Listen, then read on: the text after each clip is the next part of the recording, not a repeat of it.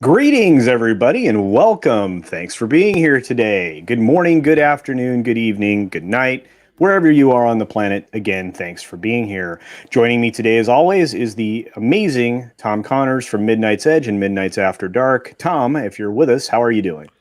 My hands are so much sexier in that picture than they are in real life. I know, isn't that amazing? I mean, you look really good holding the orb, right? And if I had the wherewithal, I could have done some amazing stuff, like my hands are much chubbier, skinnier, or thinner. I don't know, or, like shorter. That's the word I was looking. I can't there talk. You go. But we have we have another very extra special guest once again joining us. Is of course the great Stieg Kenobi. Hey, Stieg, how's it going, sir? Hi, I was bored out of my mind. Thank you for thank you for being here. You always bring a smile to everyone's face, and you're conversationally brilliant. So I'm glad you're here with us today.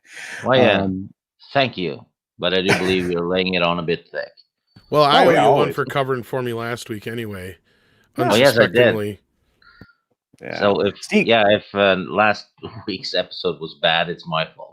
No, it's my fault too. So no, actually, it's probably great. Yeah, the episode was fantastic, and you know what? I always have a great time hanging out with you and everybody that we have in the chat. So, and as a matter of fact, let's take a look at who's joined us today, and then we can get right into what we were going to talk about today. We have Apollo Patriot, as always. Hey, Apollo, how's it going? Thanks for being here. Appreciate it so much. And of course, I am on the lookout for those blue Twi'lek women for you, my friend. Absolutely. And no, I am not going to do a handstand and clap my feet. Maybe someday. It's going to have to be the mother of all super chats, though. Eric Sullivan. Hello, how's it going? Thanks for showing up, Eric. Appreciate it. We've got Machiny90. Hey, Machiny, good to see you, bud. Appreciate it. Appreciate you.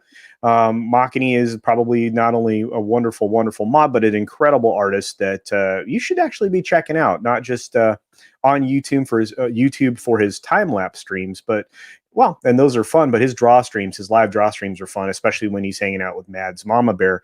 And of course, check out his stores, various places, Teespring, Instagram, Instaface, whatever. Those are awesome.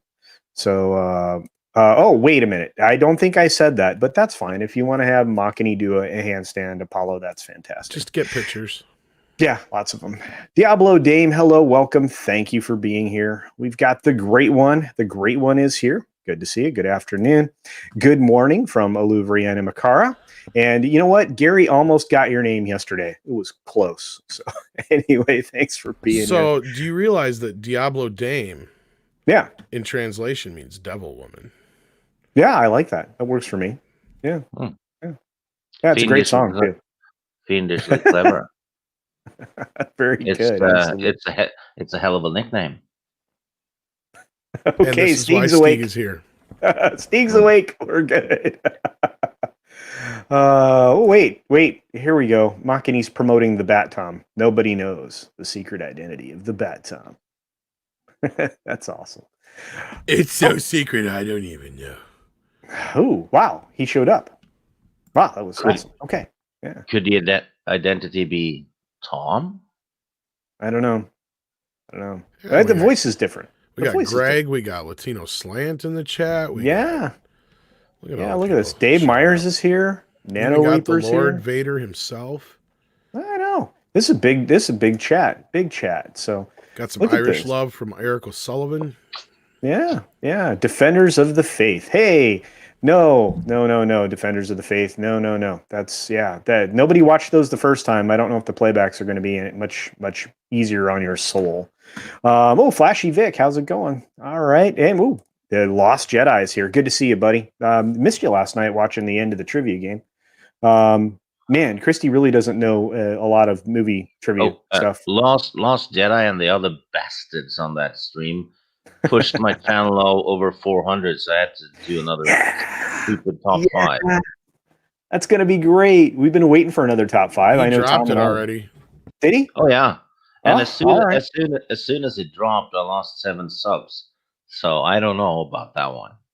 So are you going to do another one when you cross 400 again, or are you just going to count it as a technicality? Technicality, because I don't like doing these because it's work. I was figuring that's going to be the answer. I think you'll have to do a new one when you cross 400 again. I think that's our plan. Is we're gonna sub and unsub 7 people every time. So yeah, no, that's not gonna work. Not gonna work. All right. No, Sting don't fall for shit like that. Yeah, well, we could try. Hello, Lord Raw. Raw's a good one. That's a good god name. I like that one. Yep. Yeah. Gary's been struggling with everybody's. Yeah, I have the same problem though. I mean, I struggle with the names that are hard to pronounce like that. So I don't blame him. I struggle. He struggles. It's fine. I struggle with every name. I was CultureCasino for a very long time, so it was awesome. That's okay. AFK Bard was AFK Brad. So people struggle with my name, and it has 4 letters. Yeah, Stieg. Thank you. Yeah. Well, thank you. Keely Chow, how's it going? Storyman Jack is here. All right, you know what? We've said hi to everybody. We'll say hi again here in just a little bit, but let's fire right into what we were going to talk about today. Guys, the theaters, the theaters are in trouble. They're in big trouble. Right now they're concerned, not just here in this country, but around the world, with video on demand services and premium video on demand services knocking out their entire business model.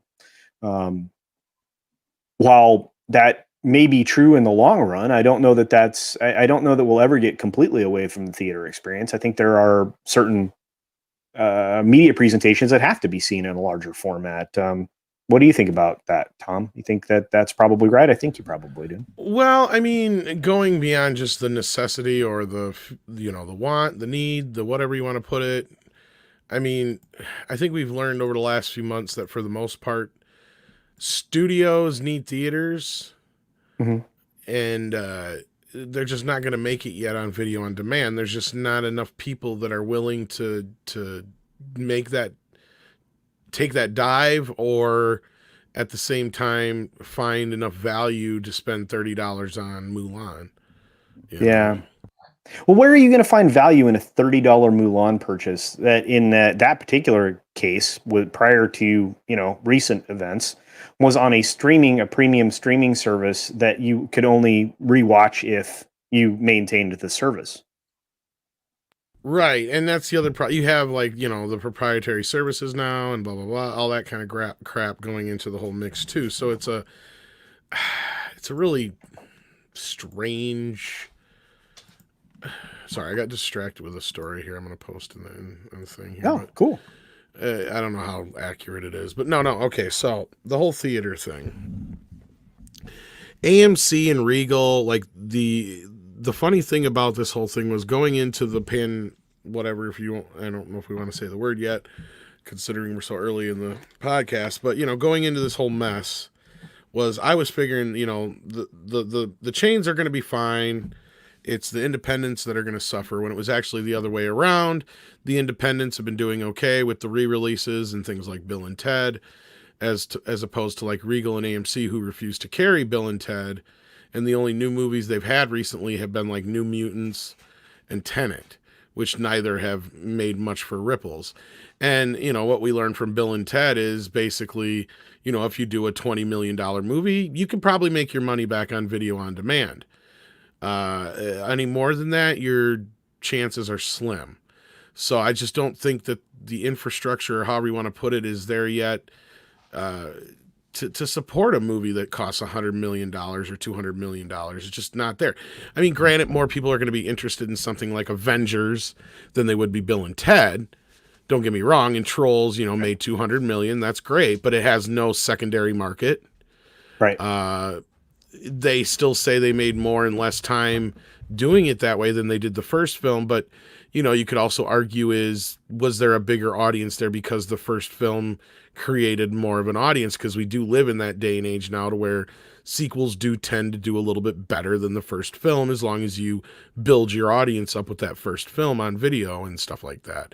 So Right. again, like, we haven't really had a good, like I said it like the other night or other morning on our morning show. I think Yeah. I said flat out, like, I want to see a movie like Wonder Woman or something like that get dropped so we can actually get some real clear evidence of how something like this is going to work. Mulan was a bad example. You know what I mean? Bill and Ted's too niche. You need something like a Wonder Woman or a Spider-Man type movie, you know, to drop, or a Batman project or something to drop, just so you can kind of see what a real big tentpole movie would do right now on a VOD situation. And Mulan just ain't the movie to do it with. Yeah, I think that was a mistake all the way around. I mean, that movie was already headed downwards in projections. Another one that's headed downward or was headed downward in box office projections was Black Widow. And you know, it seems like sometimes when people open their mouths, these movies start to go downward in their projections. Because it happened with Wonder Woman 2 before they moved it again. Well, Black Widow had the issue of the farther and farther we get away from Endgame, the less. Oh, yeah. You know, yeah. What do you think, Steve? Less value it has, anyway. I think Tom is right. You know, it's hard to make a good conclusion, and until we've had a big logo movie pop. You know, I'd say that the closest one would be Tenet, since it's a Nolan movie. He brings a lot of viewers just by his name, right? But Yeah. I don't know. But like I've said before, I think maybe moviegoers are starting to realize that they don't need the cinemas as badly as the cinemas need them. Yeah, well, I think that, but see, it's a symbiotic relationship because their earnings. I mean, Tom. One of the things Tom mentioned. This is the stuff that always gets me, and we'll talk about that in a second. The article that I want to get to, but they need a secondary. They need the first market. The first market has to be the theaters. The second market needs to be, you know, the VOD, and the third needs to be physical media, or a combination of the. They kind of got a 3-layer market right now. Yeah. You have the theaters, then you have the rental or video on demand kind of thing, and then you have the straight digital or video, Blu-ray, DVD release. Actually, you know, if you think about it, Star Wars has 4, because you get the novelizations as well. Oh, that's true. Yeah. It's true. But see, you can't sell those to anybody anymore, because nobody wants to see the rehash, you know, this is the way we wish we would have made the movie story. I mean, I'm curious what their secondary numbers were on the sequel films on Blu-ray and DVD, and I'm curious to see how that big ass box set really sold. I don't think it did very much. We'll see Black Friday. If there's a bunch of Black Friday deals on that box set, then you know damn well it didn't sell. Sorry. Go ahead, and Steve. Oh, please. I think the sequel trilogy did okay, actually, on Blu-ray. The first few films did, but I don't know about after that. Yeah, it's because I remember being on a stream and talking about that, and The Last Jedi had actually done quite well on Blu-ray. Well, the one thing The Last Jedi had going for it was, it was the first 4K Star Wars film ever on 4K Blu-ray. Because, I mean, we even did a show where it was just about that fact, and people were like, oh, you guys are shilling for Star Wars now. It's like, no, we were just talking with the guys at Digital Bits about, you know, the significance of this 4K Blu-ray. That was about it. You know, like, we barely even talked about what we felt about the movie. That was in the opening part, you know, and we all were like, yeah, either we liked it or we didn't really like it, but that wasn't the point. But again, like, that, I know that was a big push for it. But I'm curious to see how Rise of Skywalker sold on Blu-ray. I don't think it did very well. I don't think so. Do they report Blu-rays sold, though, or Blu-rays shipped? Because that's two different things. That's another great question. I mean, we can go look at the numbers, but I don't know if they specify in there. It's almost always unit shipped. It's the same thing they do Usually. with video games to try to hide, the actual sales volume. But I think probably the better metric is right now. By the way, we're in the middle of Prime Days, right? Right. And so you can go on Amazon, see if there's deals on that particular box set. See what the prices end up being on these things. That the number of units on hand is usually, unless they made a special buy, is usually indicative of how many units, they bought. And, if they're selling through, those things and there doesn't seem to be a limit to them, then, it didn't do very well, in my opinion. I mean, that it's the same thing as the Christmas or Thanksgiving Friday sales. I'm going to say it that way. But it's the same thing as those things, the day after Thanksgiving sales. So, it is what it is. But, it is, and I want to address this real quick, Steven. I don't think that tie-in is significant enough to merit pushing any of that back. But I understand where you're coming from there. So, based on my understanding. They have filmed quite a few scenes for the Black Widow in my area last summer. Actually, trivia. Cool. 30 minutes away. Yeah. And stuff That's for the awesome. new Blonde movie too. Yeah, that's really awesome too. I know that's happening in throughout Europe, and actually we're going to get into that at the very end here, I think. But Nano Reaper's right. Home cinema systems they're dropping in price pretty significantly. In fact, you could probably find one over on Amazon today. But I don't know. I mean, it's still not the same. I mean, I don't care. I can watch it on my 75-inch TV or whatever, and it's still not going to be going to the the large format theater. It's not going to be going to an IMAX. It's just I don't have that kind of space in my house. Son of a bitch. Uh-oh. I could have saved like $40 on the Dark Knight trilogy on 4K if I'd have waited till today. You dirty bastards. And of course I already opened it. Oh. So I can't yeah, and so here's so like I said, I mean, they absolutely need a first and a secondary market. And to that end, the story that I wanted to look at to start with today is this one, which is AMC theaters could run out of cash by the end of 2020 or early 2021. Please tell me that, they were the only people that didn't see this coming.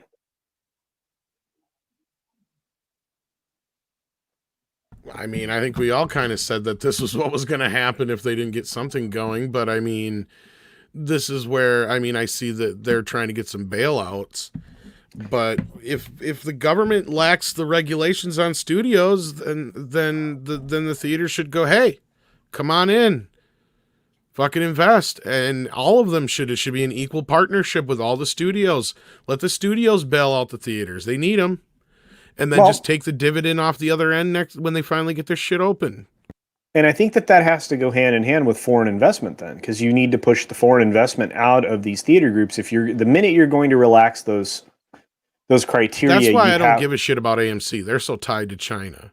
Yeah, well. Yeah, see our video on that. But Regal, on the other hand, they're owned by Cinemark or whatever that's out of the UK. Now, I feel a little bit more sorry for them. Yeah.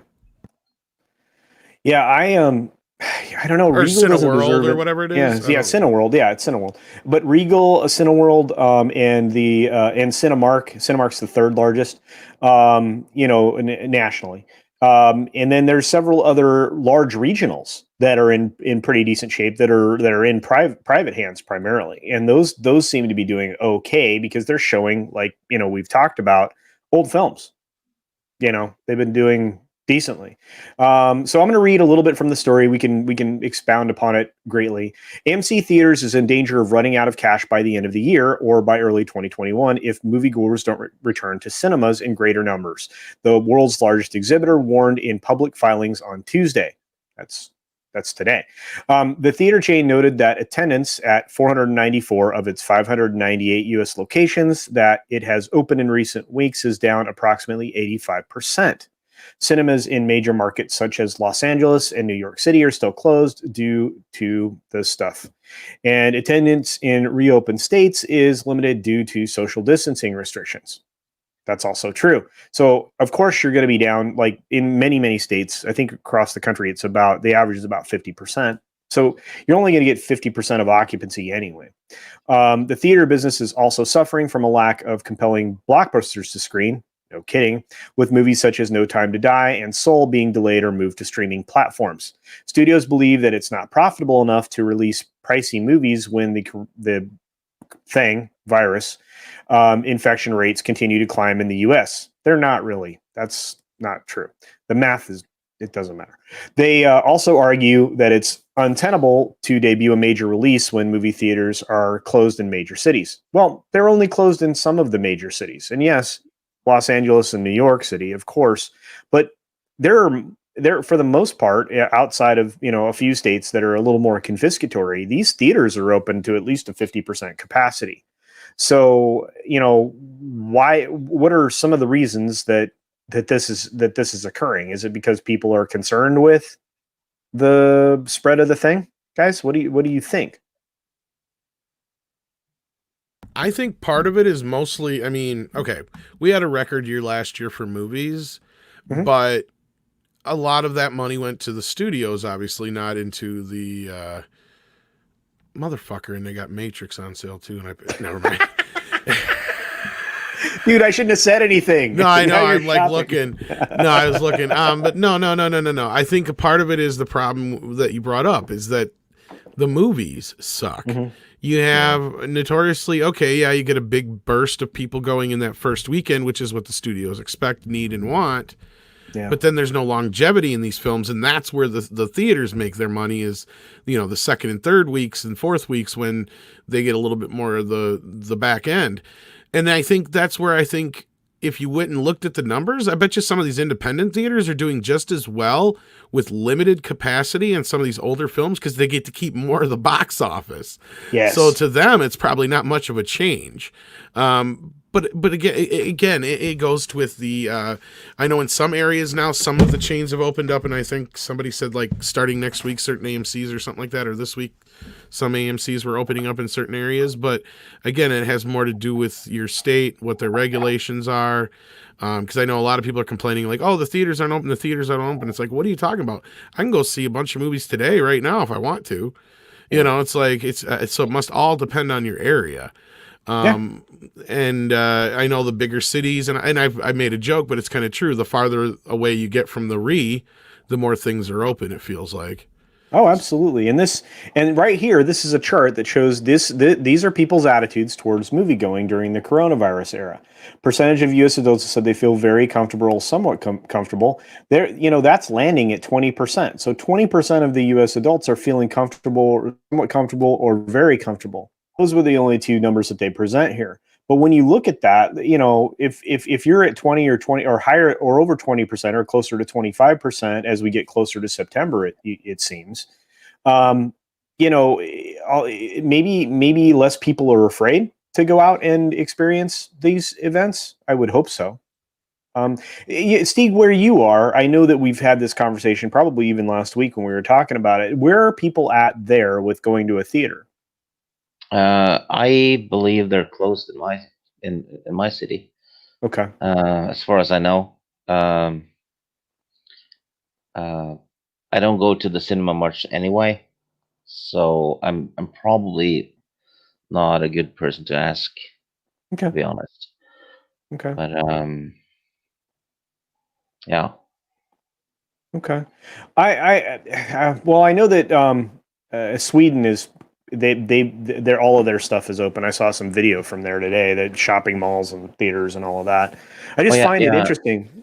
Go ahead. Actually, everything else is open.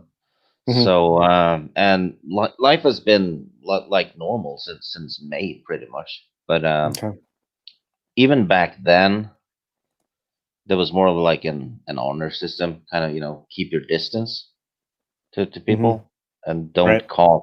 If you're gonna cough or sneeze, do it into your elbow, right, or cover your face. But nothing's really been Well, restaurants and stuff were and pubs were closed for a while, but yeah, Well, it's yeah.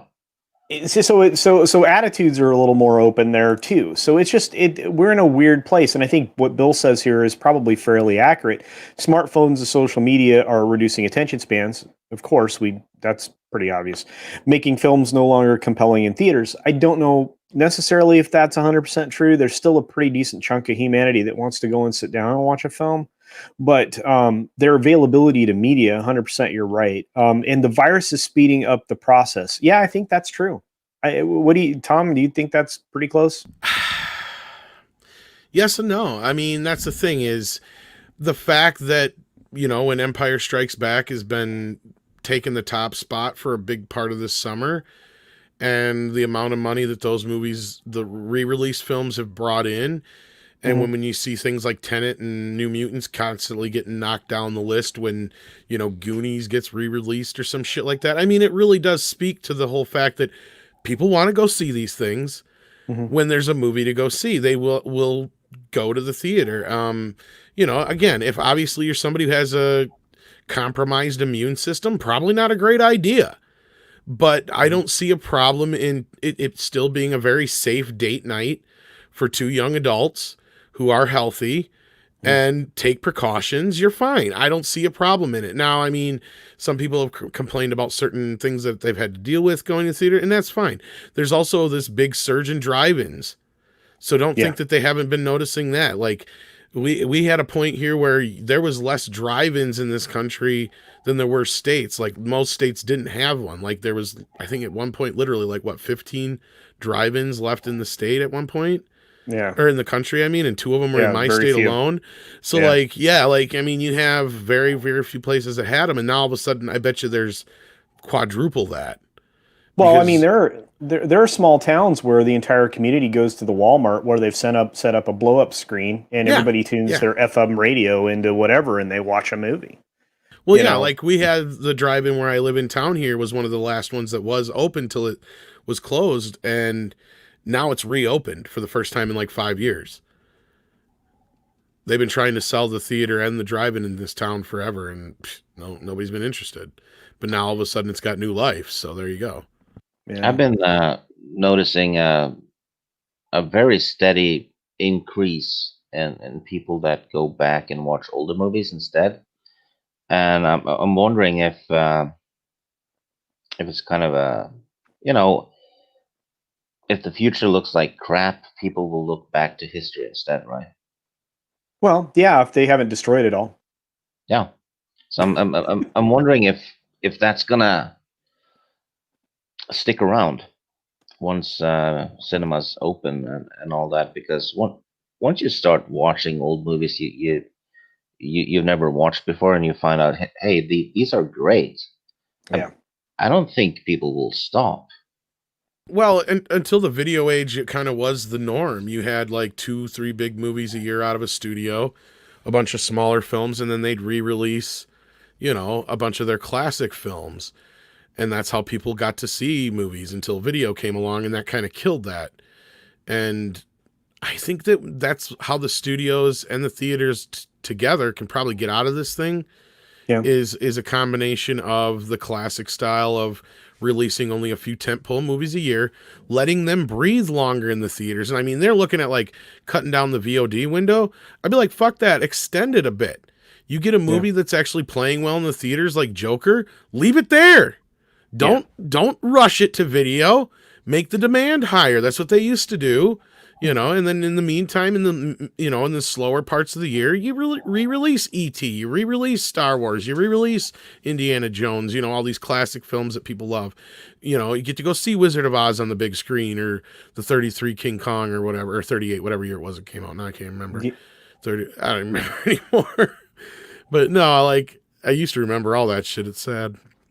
Yeah, no, but think about what you just said because George Lucas benefited greatly from extending like you have to hold my movie. If you want Star Wars in your theater, you're holding it in your theater X number of weeks at Well, I don't minimum. really want him to do that, but like they've gotten to this point where like AMC's compromise with Universal was this whole new window they're talking about, where they can cut down the theatrical window between, you know, a movie being released in the theater when it can come out on video on demand and Blu-ray and shit like that.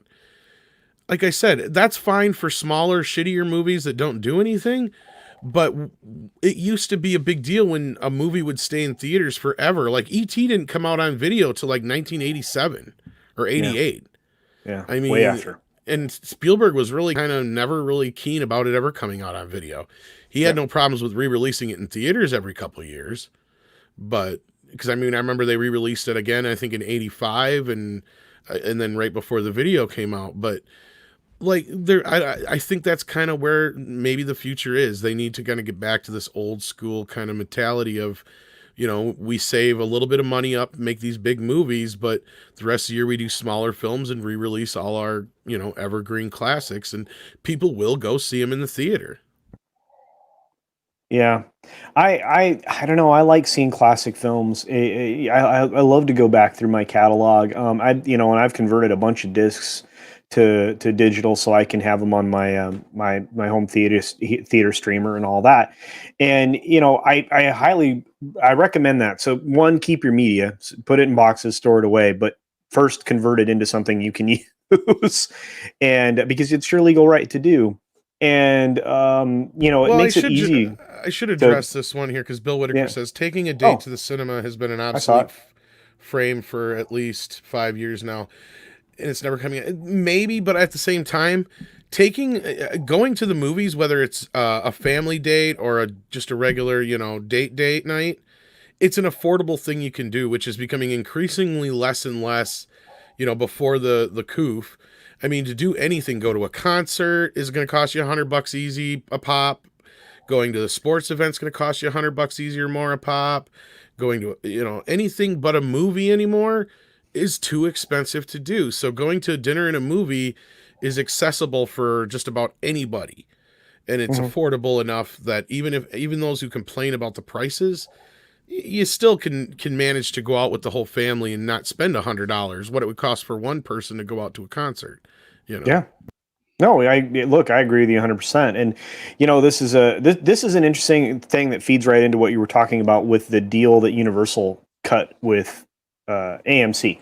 Hollywood got greedy. Studios want the lion's share of the revenue during opening weekends and have restricted access to the classics. They have dug their own grave. I think that's 100% true. And the deal that Universal carved out with AMC, while shortening the theatrical window, it gives them a little bit of the back end on the SVOD stuff. So, do you think that in a back end way is going to help? See, here was the thing. They were always resistant to a deal like that, but I kind of knew that they were going to eventually just have to make a deal. And the fact that they're going to have to do it sooner than later before the studios are just like, fuck you, we don't have to make a deal with you. And that's really where it's gotten at this point. And that's kind of what the whole moving trolls, because that, I got to remind people that you can't just shove one of these movies on VOD without going through some hoops, because there are licenses, there are deals. As far as the bigger tentpole movies, the theaters do set aside certain amenities for the studios. So they expect these movies to play in these time periods, so like, there's a whole lot that goes into releasing a movie. There was a reason why Bond lost $30 or $40 million already before they pulled it the first time, because they had all a bunch of they had to release the music video, a bunch of the advertising, and that's not just in the United States either. Yeah. So like, and you got to imagine how they said they figured we're somewhere between $30 and $40 million was just spent on advertising a movie that never came out. Yeah. And that's a lot of money. That's a whole movie in and of itself. That's a whole other Bill and Ted movie. It is. And that's the other thing. I think theatrical releases will be becoming less and less expensive. You and I have visited upon that many times. But at the same time, I think it also hurts merch. Think about all the merch sales that Trolls didn't get because it didn't get a theatrical Scoob thing. Was another one, too, that I'm surprised Warner Brothers got away with, because there was a lot of merchandise tie-ins. Yeah. Wonder Woman already had some of their merchandise hit the shelves already. Ghostbusters had a bunch of shit that already hit the shelves, not related to the new film, but it was set up to push the new film. Right. It was set to all. They had all this stuff set up for. They had the real Ghostbusters and the Diamond toys came out, I think, in April and May, respectively. And then coming in July, they were set up for the new stuff for the new film. Well, that didn't happen. Nope. So, yeah. So again, like I said, you have all these deals and all these people that are every time something gets pushed back. I mean, Doritos already blew their wad on Wonder Woman. They did. Way back in like October of last year or something. I mean, it was a long that time was when ago. the original initial movie was set to come out in November or whatever it was last year, and they kept getting pushed and pushed and pushed, I think it was. Yeah, nuts. That's just nuts. Think about all that wasted money. I mean, that's a ton of money wasted. Promotional stuff wasted. Tie-ins wasted. Oh, is that true, Stephen Murphy? Oh, hang on. What I didn't Coming see to America got announced for Amazon. That's interesting. I'm gonna have to send that off to Robert Meyer Burnett. Oh crap. Okay. You know, in situations that are extreme like this, though, movie studios bleeding money and all that, it's always worse than we think. Yeah. So there's a lot of bleedings happening that we haven't even thought about, and that we don't know about. So I think they're in bigger shit than we realize. Maybe even than they realize. Oh, you're right. You're definitely right. Well, you know what? I found the article. Let's throw it up. Let's take a look at it. Let me share the right screen. Oops. And I think that is because, I mean, movies run on basically, they're all on loans and, investors. So these people expect money back, and you have, dates that you have to start paying back loans and shit. And every movie is, funding the next thing, funding the next thing, funding the next thing. And it's it's a little bit of a, you might want to get rid of the Simpsons there at the bottom of the screen. Yeah, and the investors, right, might be counting on the payback from their investment for something else. Right. So it's like dominoes, right? Oh yeah. It's this is the kind of thing that makes me crazy, though, is because this thing is slated for a theatrical release. It had an opportunity to get into the theaters and make quite a bit of money. This could have driven more projects for Eddie Murphy. I don't know that it will on Amazon. So anyway, reading the story real quickly. Coming to America is making one more connection before it arrives to American audiences. The long-anticipated sequel to the Eddie Murphy classic is in the process of being sold by distributor Paramount to Amazon Studios in a deal worth roughly $125 million.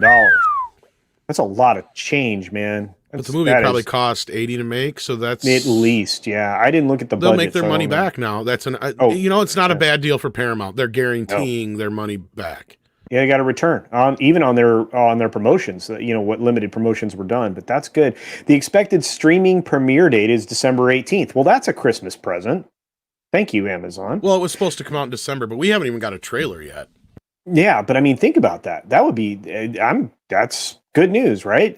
Final details are being hammered out, sources said, including 2 complex consumer marketing tie-ins with McDonald's and whiskey brand Crown Royal. McDowell's. Are they going to turn McDonald's into McDowell's? I don't know. That would be awesome, though. Don't you think? That would be great. Because I think he's supposed to be in this one, too. What's his name? Wow. Really? John Amos? Is that his name? Yeah, Amos. Yeah, that'd be awesome. Yeah, man, he's getting old. Last time I saw him like 8-9 years ago. Got the golden arches. We got the golden arcs. That's so great. God, I love that movie. Everybody in that movie is brilliant. Anyway, sorry. All right, so we are expected to transfer over to Amazon Studios with the film. So everything's going whole kit and caboodle. Murphy, who produced as well as stars in the film, has to give his blessing. Yeah, like he won't do that. Of course he will. The sale is said to be a priority for Amazon Studios chief Jennifer Salk, who has been on the hunt for more commercial fare with the recent acquisition of the sequel to Borat. Okay, and another Paramount acquisition in the Tom Clancy adaptation Without Remorse, starring Michael B. Jordan. Blah blah blah blah blah. Well, that's interesting. Well, yeah. Thank you, Stephen, for that article. Well, that ties right into our conversation as well, and here we Yeah. go. I mean, this was a movie that's kind of been under the radar. And granted, you know, it could be as big as what you were talking, Culture, but at the same time, it's a risk. It's been, you know, 30 plus years since the first film. I think they're going PG-13 with this one.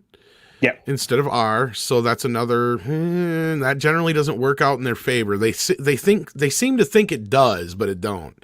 And you tell me one franchise besides Police Academy that has ever gained momentum after they reduced the rating on the film. One. Name me one. I don't think you can. And I just hope the movie's good. I hope it does well on streaming. I don't know if it's going to be a VOD first thing or if it's going to go straight to as one of their exclusives, but that'll be interesting to see. Wow. Well, this is a great story, and thank you for throwing it out there because it was just outside of my show prep, so I didn't see it, and I hadn't checked the trade since we started. So thank you very much. But yeah, it just fed right into what we were talking about. I mean, Stieg, is this a product that you would be interested in consuming? I'm just curious. We haven't even talked about that. Oh, I'm a huge fan of the original. Absolutely, it's a movie I keep rewatching, which also makes me nervous about the sequel. Yeah, because a lot of recent sequels to older movies tend to not be that good. But right. I will watch it, and I'm hoping it's a really good one. But I do have that thing at the back of my mind, though, that I wouldn't be surprised if it's bad, right? Yeah. I share Stieg's fear. Okay. Don't say that. But Lord Thoth, my question was not so much. I know it's going to Amazon, but I don't know if they're going to charge for it for a few months first, or if it's going to go, you know, straight to Amazon Prime where you can view it for free, kind of like The Irishman for Netflix kind of thing. You know what I mean? Right. Like, yeah. No, but I'm like with Stieg on this, with the PG-13 part of it being 30 years later, Eddie Murphy apologizing for some of his jokes in the past. Oh wait, it's PG-13. Yeah, that was the other reason why I'm kind of concerned. But if they send it to, maybe there will be two versions. If they send it to Amazon Prime, maybe they'll do an unrated and a PG-13. I don't know. Yeah, I don't know. I would hope they would do it unrated. I mean, it is Amazon; they can recut it any way they want. If they're buying it outright, that's gives them some carte blanche there. That'd be good. Plus, they think about the merch tie-in. That's not bad if they can get it all handed over. If I don't know how much Eddie merch Murphy, you'd really do with this, but no. Well, no, the tie-ins, the promotional stuff, the Crown Royale, well, the McDonald's thing is kind of odd. I wonder what the hell they're doing there. Maybe that's why it's PG-13. Maybe, but there's a financial benefit to tying in merch and promos. I mean, there has always been. I mean, why do you think we got Happy Meal toys for freaking half of the movies in the 80s and 90s? You know, it helps. Well, I sell think the they film. have a deal. I think they have a deal at McDonald's where they will not promote a film that's R-rated. Oh. You know, it would be fun if it was 5 minutes long. They're like coming to America, and then they want to go there, and sorry, there's a travel ban. You're not coming to America. That would be awesome. Roof Korean, this is a good question, and we skipped over it because we got excited about some news that just happened. Remember when Disney held theaters hostage and took a greater share and forced multiple screens and a higher take screening over Tarantino? I have no sympathy, and I would have fought back then. You know, wow, that's going back a ways, but yeah. In Disney's defense, Lucas actually pulled the same crap with the prequels, and I believe with Empire and Jedi as well. Yeah, he did. I mean, Empire and Jedi was the mandatory hold. You had to agree. For what I can recall, for Phantom Menace, it was a 14-week hold. Something like that. Yep. At the same level, however many prints you ran, you were running them for 14 weeks. And to be fair, though, Lucas was financing the next movie with the income from the first one. Right. But he was the first one to really have the balls or the gall to go to the theater and say, no, I'm going to take 90% of the first fucking weekend. I don't give a shit if you like it or not. And if you don't like it, then just don't show Star Wars, you know, kind of thing. Yeah. Let's see. Will they CGI? Will they CGI some Christmas? Maybe they might have to. I don't know. You know what? It doesn't surprise me anymore if they add things to film digitally. They've been doing it for a while now, and we just, But the other thing, though, the Tarantino thing, though, to go back to that last comment, though, yeah, that is Disney. That's full Disney. They could have fucking made the exception. yeah. That was them more being jerks and probably more so throwing shade at Tarantino for whatever fucking reason, because after the Weinsteins left, instead of working something out with Disney or whatever, he went to Universal and shit like that and other places. So they're like, fuck him, probably. Which, what the fuck do you expect him to do? How's he going to be able to make a movie when Disney didn't even have an adult department at that point, pretty much? Like, everything else is pretty much non-existent, so. Well, Disney still has Touchstone. They still have Hollywood Pictures. In name only, basically, yeah. Right, but if you can release an art film there. I mean, well, it won't that was cost where you now anything. that they got Fox, that'd be a different story, but it's too late now. He's already got a good relationship with Universal and stuff, so. No, absolutely. Yeah. Well, and that's the thing. I mean, and Sony is a player now, or they're in a position to become a player. And hastening or hearkening back to the thing we were talking about before, as far as the occupancy, the theater availability occupancy. I just wanted to flash back to this map. This is the U.S. Or Sony. Right now. That's who.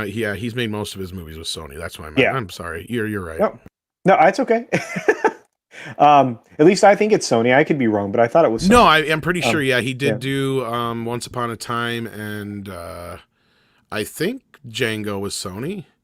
I like I said. I mean, Hateful Eight. I think he did with Weinstein Company, but yeah, but it's just up there. That I thought that. Yeah, but man, that Weinstein thing shook out in the weirdest way. Anyway, we can talk about that another day.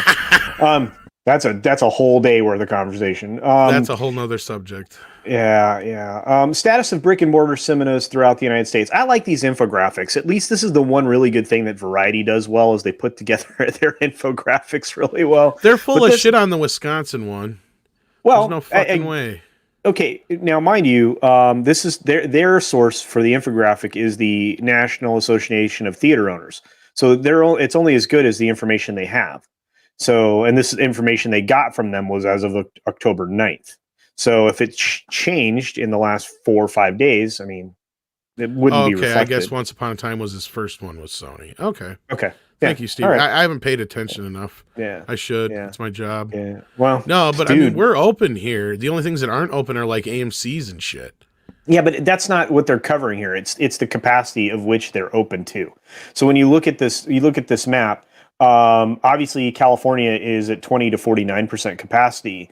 You slide over to New Mexico, they're closed. You slide over to New York, they're closed. There are only 2 states in the entire country where theaters are actually closed, right? Alaska has no social distancing. Well, no kidding. There's freaking nobody up there. I mean, you could go to a packed theater there. There'd be like 12 people.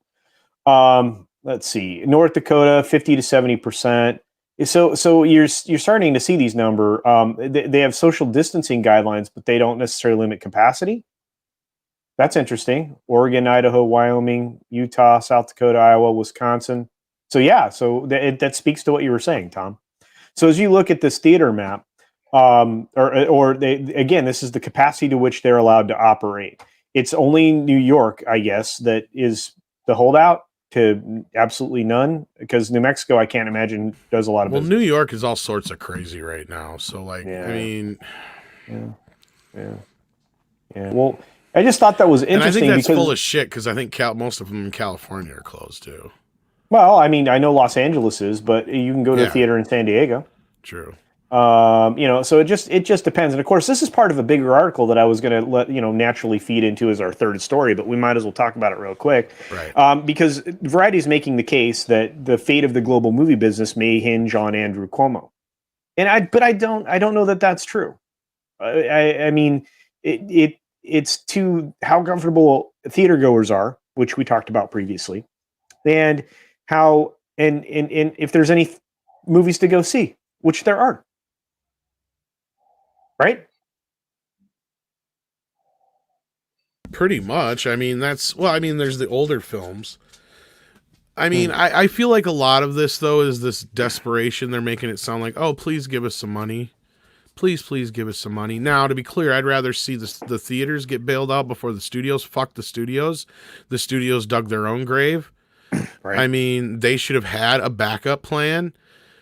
I'm not saying anybody was prepared for this situation, but sorry, movies are not mandatory. We have 100 years worth of movies already to tide us over till things calm down and people can get shit going again.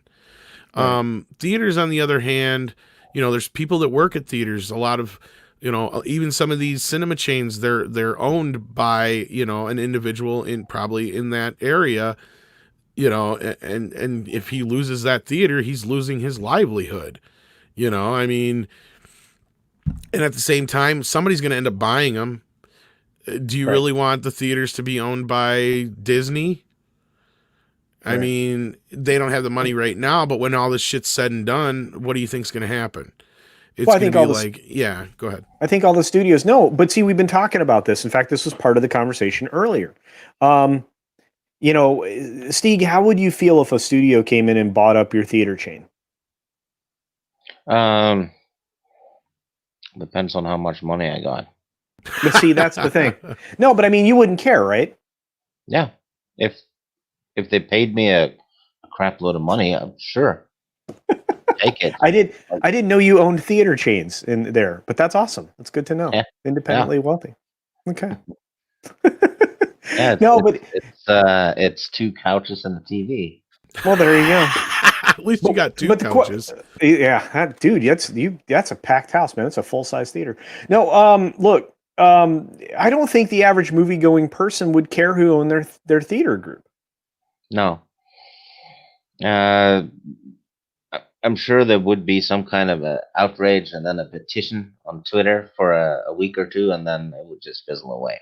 That's all that's going to happen. Well, outside of AMC being owned by China, like I said, I mean, as far as like the local side of this thing, I'm more worried about the independents. I'm more worried about locally owned people losing their jobs, that kind of a thing. Right. If the theaters die out, that's what happens, but I just don't see it happening, at least not yet. I mean, it's even if these all close down, they're still going to be standing. They're still going to be there. Somebody's going to come in and buy them, whether it's Apple, whether it's Amazon, whether it's Disney, whether it's whoever. Even Universal's in a position they could come in and buy up a bunch of theaters yet. Yes. AT&T probably still has the money. They could do it.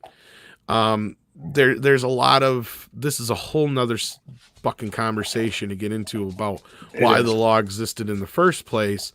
But if this is the position we're in and the studios know they need the theaters to make the kind of money they need to still, make the kind of money they're used to, then they need to be proactive and do something. I mean, yeah, they may not necessarily have the money right now, but they need to do something, because they can't all expecting to be bailed out by the fucking government when there's, fucking regular people, everyday people who are hardworking, blue collar people who need the money first. Yeah. And then down the line, as far as like wealth goes, I mean, we're in a situation where if we're looking at this thing dragging out any longer, most people are more worried about how they're going to pay their fucking rent more than anything else. That's just like what these theater owners are. They're worried about how they're going to pay their rent, because that's the other thing is, I'm sure these franchises are a lot like any fast food restaurant, and that's your probably domain culture. How real estate and all that kind of business works. Yeah. When it comes to the investments and real estate investments and all that other stuff, when I look at these things again, I take a top down approach. I'm going to look at it from the widest possible view and drill down to the specifics. And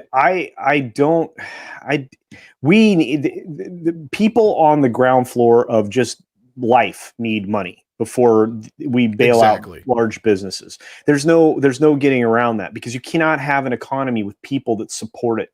That you have to have people invested and involved in just the operations of life. And if first of all, it would be immoral to do the other thing. I mean, ethically, but it would be, or I should say ethically. Well, first and foremost, people need food, electricity, and water, etc. Yeah. The normal everyday shit before they need anything else. And that's where we're at this kind of standstill right now. And there's a lot of people who are waiting for another stimulus just to get through, and certain other individuals, and again, I see people every day working, and I try to give everybody as much props as I can when they are. But, if they seem like they're in a bad mood, I try to remind them, hey, at least you're working. You're working. And I thank my lucky stars as even at my most tiredest moments that not only am I working, I'm doing something I love. So it's you just got to remind yourself, even if you're out there and you're dealing with a lot of people who are upset, just try and remember on that other end is that person giving you that $5 and haggling you over whatever. That's probably all they got left to feed their kids tonight right now. So you just got to keep that shit in mind sometimes. Yeah. Well, and you have to remember, sometimes you're encountering a person on the worst day of their life. You just don't know that. And it goes on both ends too. And the same thing if you're going out to, you got to remember the guy on the other end of the speaker, or the lady on the other end of the speaker there too. She's dealing with a lot more shit than she's used to as well. And again, it goes to these corporations. This is where a part of the movement going on right now, they're missing the bigger picture. I mean, it's society, you can't replace something with nothing. And because there's no tearing down with no solutions to build up is not a plan. I mean, and of course that's part of the plan of those particular groups of people, but I don't want to get into that on this show. What I do want to say is Lost Jedi, any bailouts of the theaters need to have language to limit studios' take. Yep. Don't want to save the theaters just so the studios can extort them. Exactly. 1,000% right. And that's where I said that it has to be limited only to the theaters. Yeah. Yeah. And that's the other thing. If the theaters are going to be rescued by the studios, that's fine. If they're going to be rescued by a third party, fine. But if there's going to be any government money invested into them, they absolutely should not be allowed to be extorted by the studios. That's common sense to me, and a very good point. There are very good reasons why the studios were prevented from owning a large number of theaters. And one day, Tom, you and I will have that out on another show, probably over on Mead, probably not here or Midnight's Edge. But there were a lot of very good reasons for that, especially with the corruption of the studio system and everything else. But that Terry Rose, you're right. The studios did own cinema houses, and there still are. They own a premier theater or two. For example, Disney owns El Capitan. Universal owns. You know which one they own? It's their premier theater. You remember? I think they have one in a park. Yeah, I can't. That's the thing. They're all allowed to own theaters. That part's not a problem, but they can't own a chain of theaters. Yes. They're only allowed so many. Yeah. Yeah. It's the same thing with the FCC licenses. An FCC license holder that has a certain number of affiliates, the actual networks can only own X number of broadcast locations. They can only control X amount of the market. So the FCC had to change the rules because they found out one day that multiples of these entities owned X percentage, and so all they did was adjust the number to the percentage that they owned, so they wouldn't have to change anything or make that goes back a ways. That goes back into the 90s, but there's a lot to it. The FCC licensure was that. And it obviously you want competition, guys. Lack of competition stifles innovation, and that's one of the things why in this country we've had the innovations that we've had, because we enforce competition. You know what I mean? It's kind of a weird way to put it, but we have antitrust for a reason. Competition's good for capitalism, which is good for the consumer, which is also good for the market. It's all feeds into itself. And when you got a situation where you have nothing but a monopoly, which is what Hollywood's kind of becoming. And I'm not talking about Disney specifically, but you have basically three big conglomerates right now that own a big majority of Hollywood. Yeah, and if you want to count four with Sony, actually. But they're like a mid-major, when you're talking about, well, now they are, but really, in the grand scheme of things, Sony is still technically a major studio, and so is Paramount.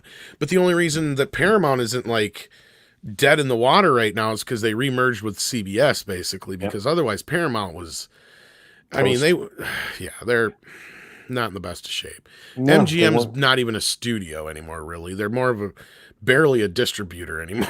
Like, all they do is remake their old properties, and that's it. Yeah. They do a lot of repackaging right now. That's for dang sure. But MGM UA, that would have And Lionsgate, I mean, I guess they're bigger in Canada, but down here, I mean, they barely, outside of like the John Wick series and I think the Saw series, they really haven't had much for the Hunger Games.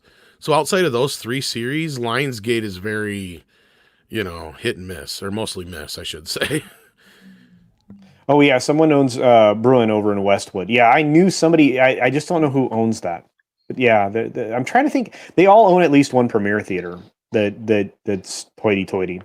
Now, here's the one thing, Lord Thoth. I don't know how much they actually own of Stargate, because that's the thing. You would think they would have capitalized, exploited the shit out of that by now, if they could have, because they have nothing else. I mean, they remade Death Wish, for fuck's sake.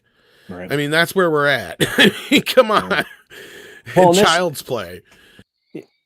Yeah, no, that's right. And you know what? The Stargate friend, think about the original movie. Wasn't that a great film? What a great film.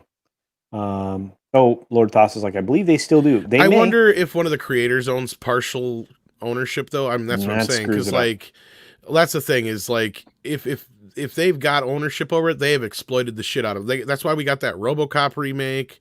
That's why we got Death Wish. That's why we got Child's Play. That's why we've gotten everything out of MGM we have, is because that's all they have.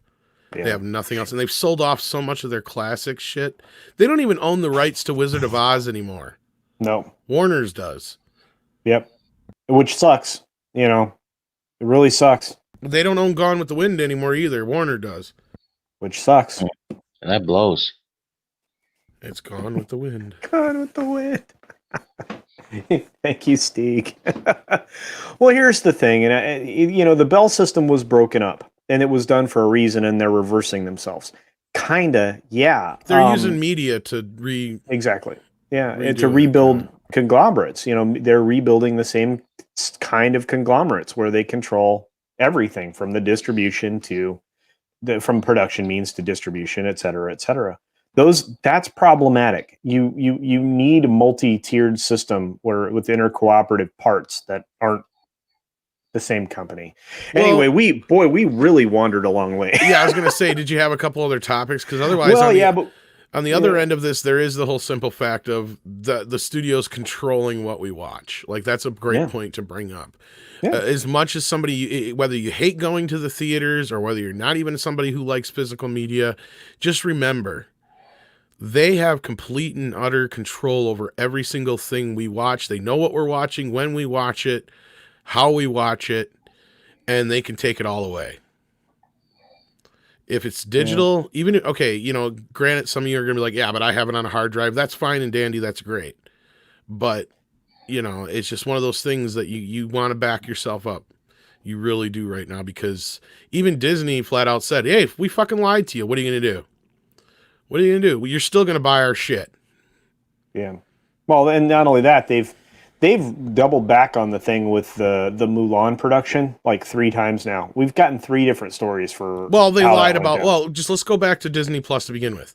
Oh, the first lie: everything is going to be on there. No, everything's not going to be on there. Second lie: everything's always going to be available. No, it's not always available. No. Third lie: it was Mulan.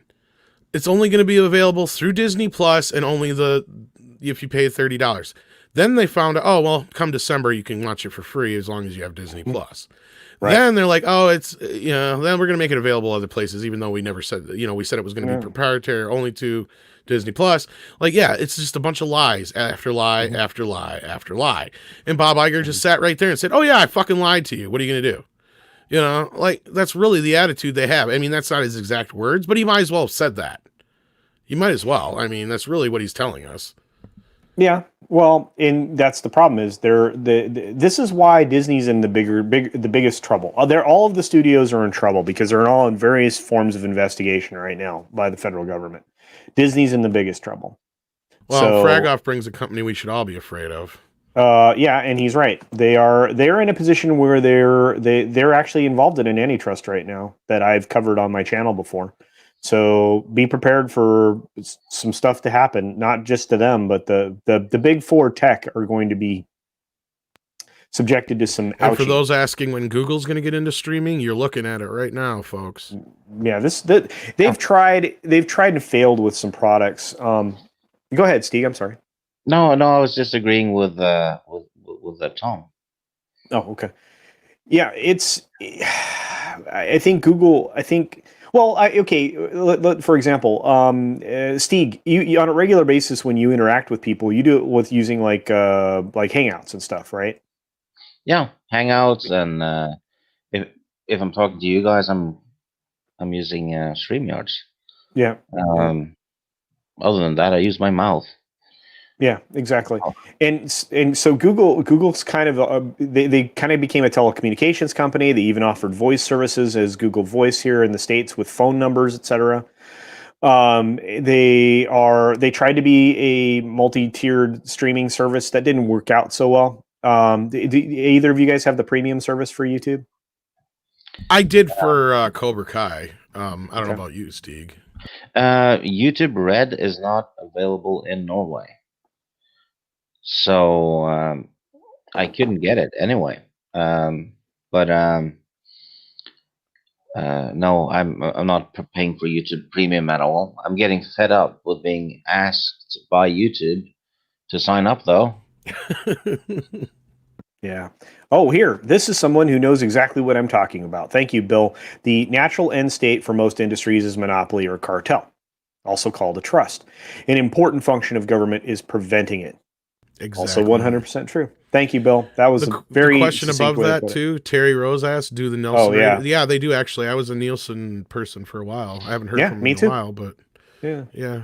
But they only cover television and radio still, to my knowledge. They still, I think they're supposed to be working with some deal with, like, isn't Netflix supposed to start showing their numbers soon or something? Actually, okay, so there are several companies, and this gets into a subject that I am doing a very detailed video on sometime in the next month about Parrot Analytics, because I fell down that rabbit hole a couple weeks, 3 or 4 weeks ago. There's actually a streaming tracker already in existence called Samba TV. It's integrated with the Samba platform. It allows them to see what smart TVs and players that are equipped or outfitted with Samba. It allows them to track what is being watched digitally. So there are a lot of smart TVs, a lot of smart players that have that feature built in. So combining that with some of the other methodology for collecting data, you can see some limited insight into what's being streamed. But Parrot Analytics relies on essentially, for the most part, social media and inferences that are made from that. They invented a whole type of math and language that actually doesn't really do anything, but they invented it to try to suss out what they think the streaming numbers are. Whereas now the streaming platforms are going to start, they're being put into a position by investors in the interest of transparency to have to start to releasing some limited streaming information. So we should start to see it in the future. So anyway, did that answer the question, or did I just go off on a? I think you answered his question. I hope so, but yeah, no. See, Nielsen still exists. They still cover television. They still cover TV and cable. In fact, probably their biggest customers obviously are the studios and media conglomerates themselves, trying to just get the data before you do. So the fast 24s or the overnights, the fast overnights, those are usually close. Anything that's added to it later on from diaries, because they still do mechanical diaries for out-of-home viewing and some other stuff, but whenever you're away from your digital box. But for the most part, it's more important to get the real-time viewer because they're not skipping commercials. So DVR views, while it's important to count who's watching your stuff, is not helpful for broadcast television in any way. I mean, anybody who thinks that it is silly, but whatever. You know what? There's only one more story I wanted to do. It's the one that you threw at me, Tom. Although we don't, right. we can't source it. I don't want to go. I could go into the Disney stuff at length, but it's not gonna. I mean, that would take just far too long, and we have had far too productive a discussion on the other subjects. So, if you give me just a second, we'll throw that article into the even though share. poor Stieg hasn't had too much to.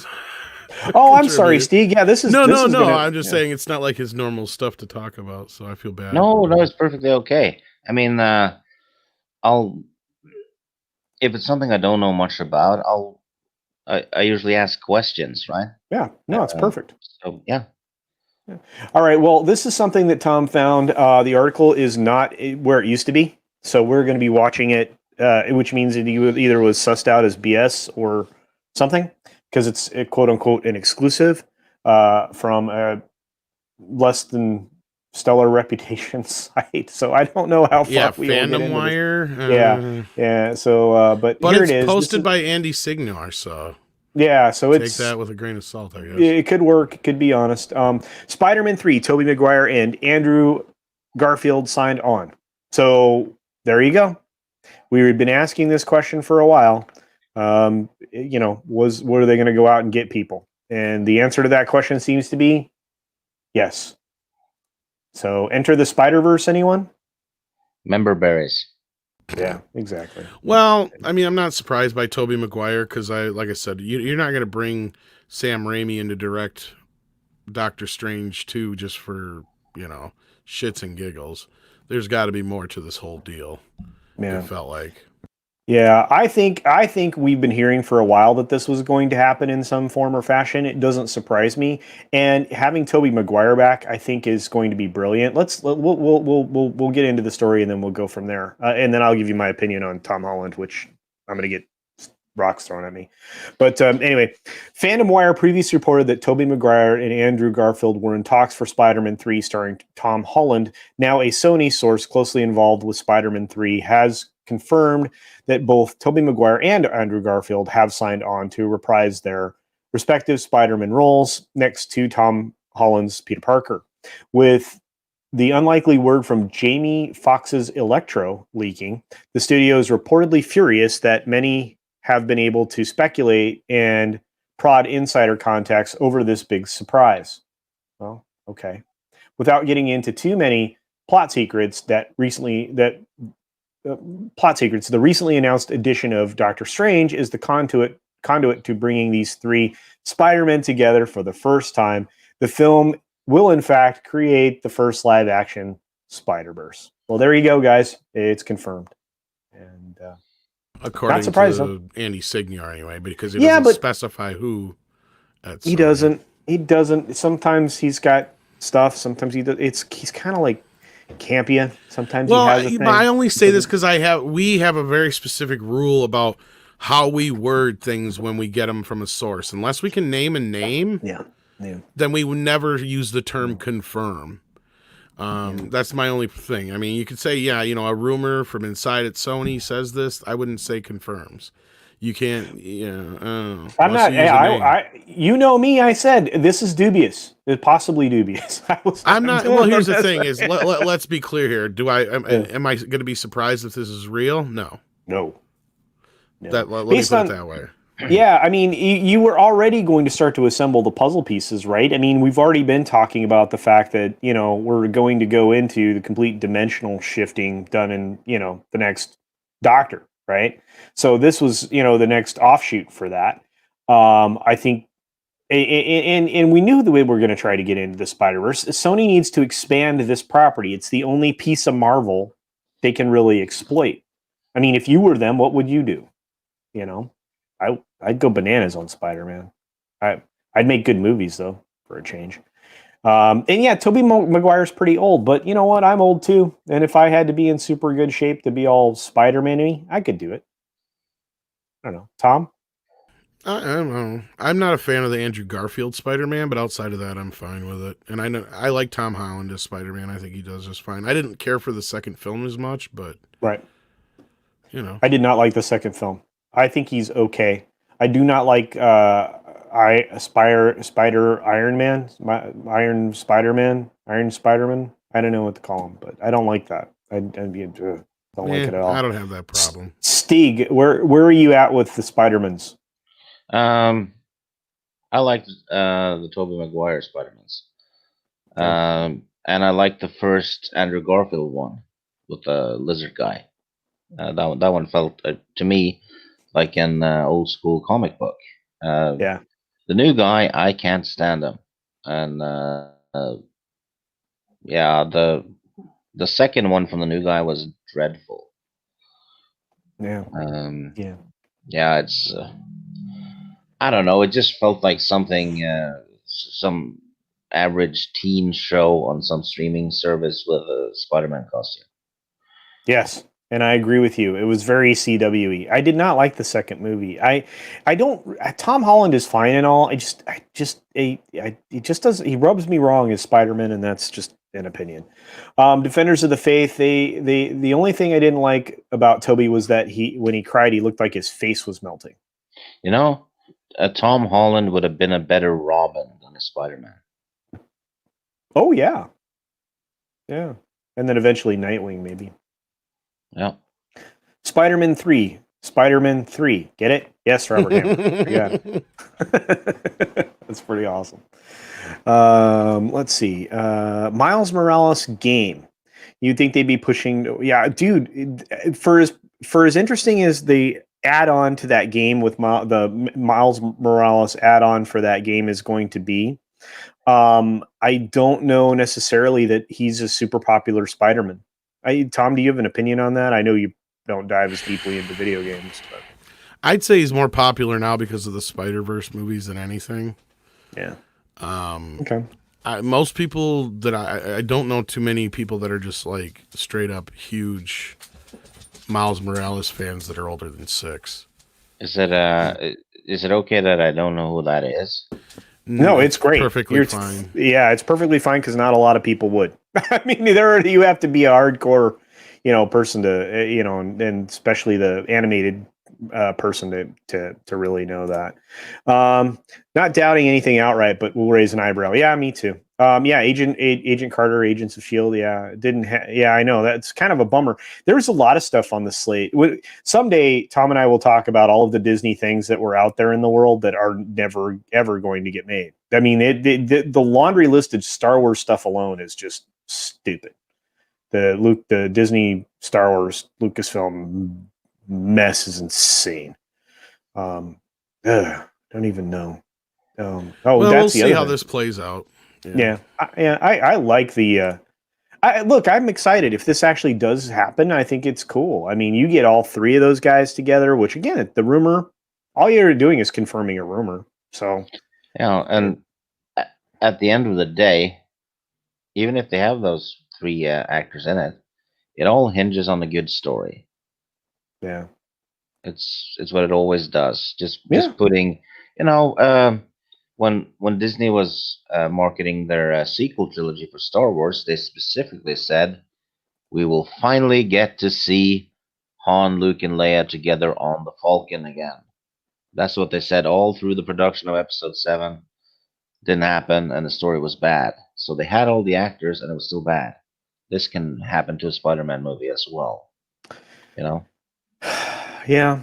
Yeah, thanks, Stieg, for bringing me up. I appreciate that. And thank you, Wookie, for letting me... The Iron Spider. Thank you. Was searching around. This brain isn't the same as it used to be. Yeah. Yes, we're all getting up there, my friend. We are. I'm Andrew 29. Garfield... Yeah, yes, you are, and in a svelte 29 at that. Andrew Garfield wasn't nerdy enough.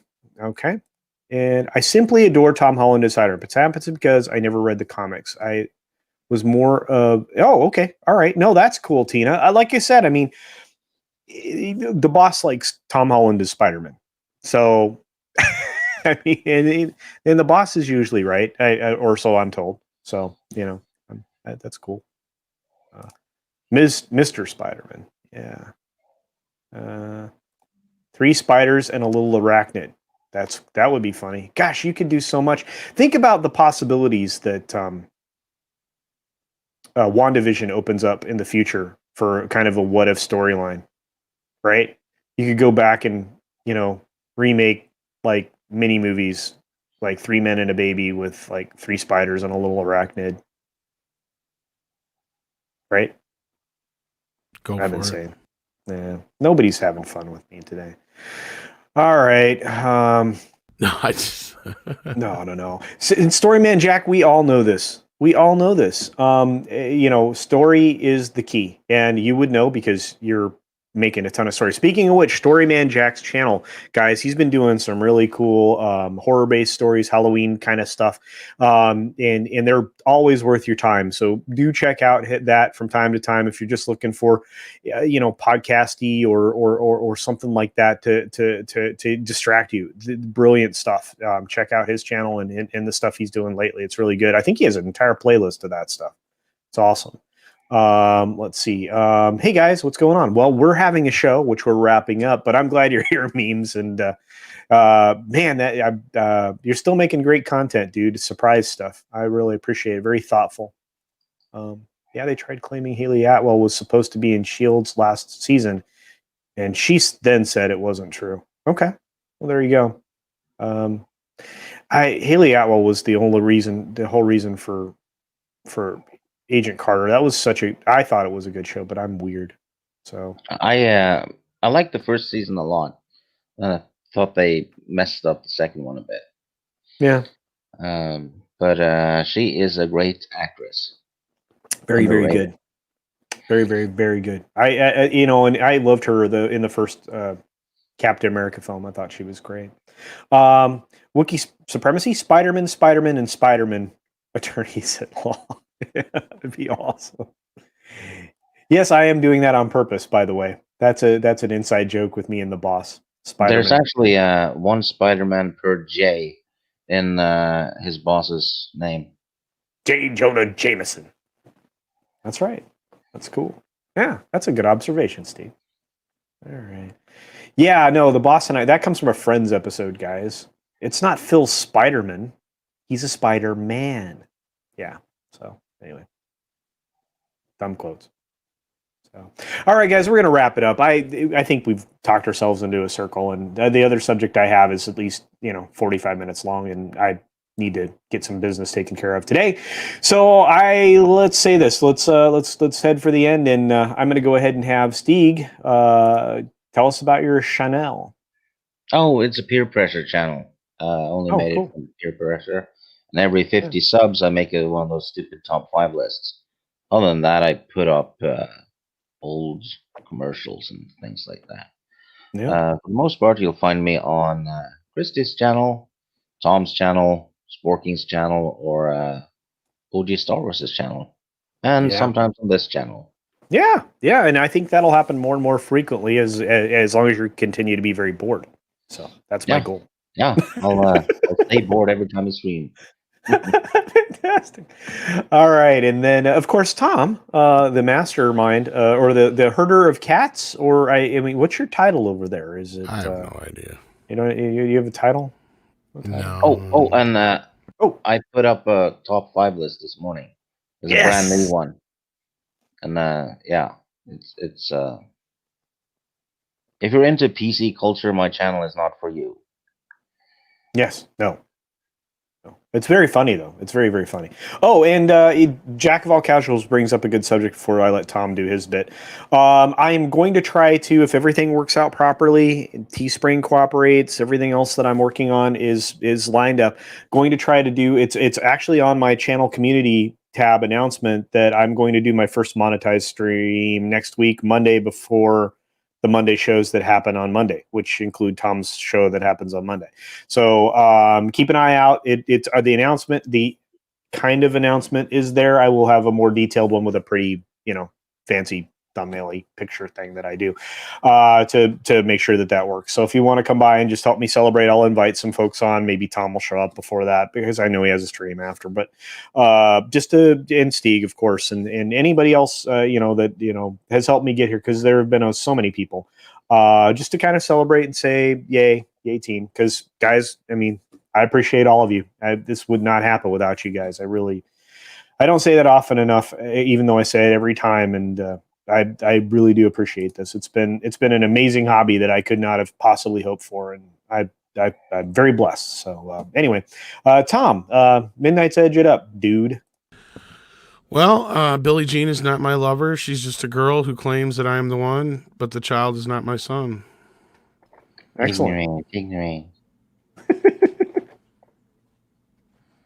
That's it. That's it. Okay. Subscribe to Steeg. Yeah, oh, please subscribe to Steeg. We need as many of those as we can possibly get. Those videos are fantastic. Please, no. I just made one. make him take 10 minutes to make a top 5 because they're great. Fantastic. Actually, I spent 4 minutes on the last one. Oh, really? That long? Yeah, 4 minutes spent on making a 1.5 minute video. Excellent. No, then they're a lot of fun. They're really good at YouTube. You are very, very good.